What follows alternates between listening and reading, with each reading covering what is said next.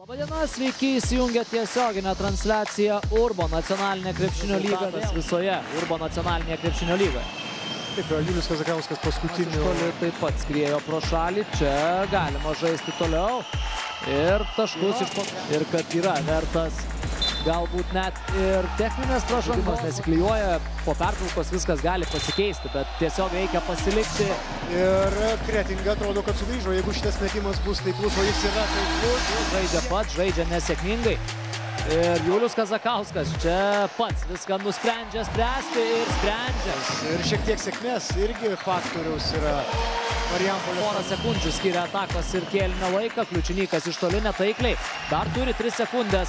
Šeimininkai, Reidas iki galo ir 2 taškai su pražanga baigiantis pirmajam ketvirčiui.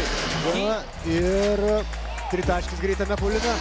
Žiubrys išeina. Svečių komanda. Žiubrys meta dar vieną tritaškį ir jį pataiko. Oi, koks geras Žygimanto Šimonio Pinezabita. O čia greita ataka ir 2 lengvi. Paskutinė ataka prasiveržimu. Oi, fantastika. Štai taip reikia užbaigti. Pirmauja Domantas Vilys. Jo vidutinio nuotolio metimas ir jis yra kaip kuriuose rungtynėse. Iš tikrųjų pakankamai neapška.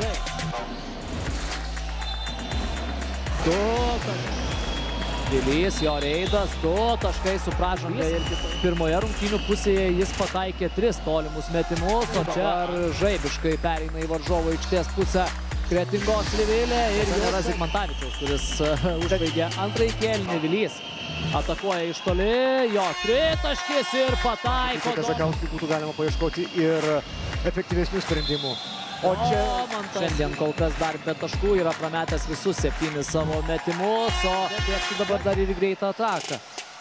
Danys meta iš toli, pataiko, kad gali įmesti čia vėl identišką situaciją kaip prieš tai. Vidurio puolėja, NKL lygių aukštą vidurio puolėją Matą Juciką, kuris ir savo stipresias pusės išnaudojo geriau.